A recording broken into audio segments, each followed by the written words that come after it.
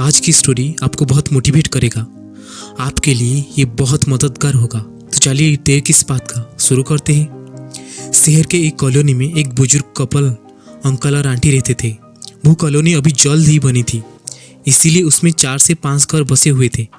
इनका बेटा उन्हें छोड़कर अपने पत्नी के साथ विदेश में रहता था, क्योंकि उसकी पत्नी ये नहीं चाहती थी कि वो घर पर रहकर अपने सास ससुर की मदद करे। ये बुजुर्ग अंकल और आंटी जी जिस कॉलोनी में रहते थे, उन्हें हमेशा से ये डर रहता था कि कहीं कोई घटना ना घट जाए, इसलिए वो ज़्यादा घर से बाहर नहीं निकलते थे। लेकिन उनका ये रूटीन था कि वो हर सुबह सूरज निकलने के बाद टहलने के लिए निकल जाते थे।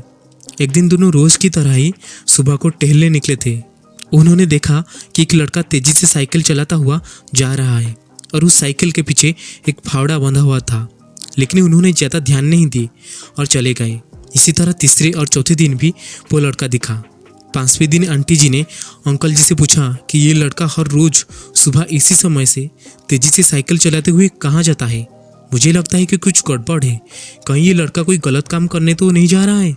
लेकिन अंकल जी ने मना कर दिया, जा रहा होगा कहीं, हमें क्या। परंतु आंटी जी बोली, हमको देखना चाहिए कि हमारे कॉलोनी में कोई गड़बड़ तो नहीं है। अंकल जी बोले, ठीक है, अगले दिन हम इस लड़के का पीछा करेंगे और देखेंगे कि ये जा कहाँ रहा है। अगले दिन सुबह को फिर से वो लड़का तेजी से साइकिल चलाता निकला। उनके पीछे अंकल और आंटी जी भी गई। उन्होंने देखा कि थोड़ी देर जाने के बाद वो लड़का एक पेड़ के पास साइकिल खड़ी कर दी। उसी पेड़ के पास थोड़ी सी खाली जमीन पड़ी थी और उसे वो खोदने लगा।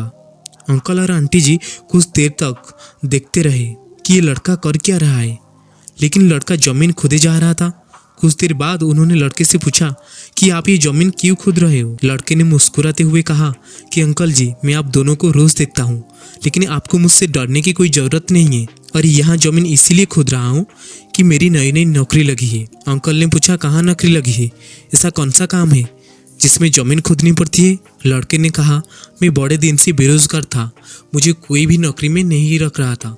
जहाँ भी जा रहा था मुझे नौकरी से निकाल देते थे और फाइनली मुझे फार्म हाउस में एक काम मिला है और उन्हें ऐसे लड़के की ज़रूरत है जिसे काम करने का अनुभव है, और मेरे पास कोई भी अनुभव नहीं है। इसीलिए मैं रोज़ यहाँ फावड़ा लेकर आता हूँ और ज़मीन खोदने की प्रैक्टिस करता हूँ, ताकि जैसे ही नौकरी पर काम शुरू हो उसमें हमें निकाल ना दिया जाए।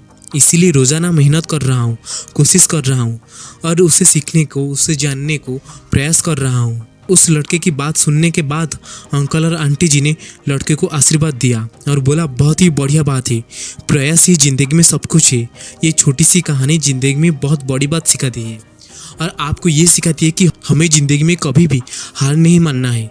चाहे कितने भी मुश्किलें आए, चाहे कितने भी बाधाएं हैं हमारे आगे, लेकिन हमको सामना करके आगे बढ़ना है।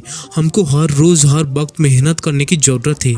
तो अगर हमें सक्सेस होना है तो सक्सेस के लिए सबसे ज़रूरी चीज़ है कि हमें लगातार मेहनत, कोशिश और प्रयास करनी होगी, तभी हम जीवन में सफल होंगे।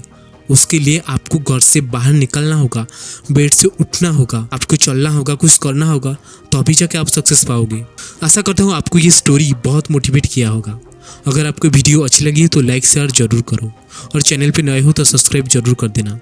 Thank you.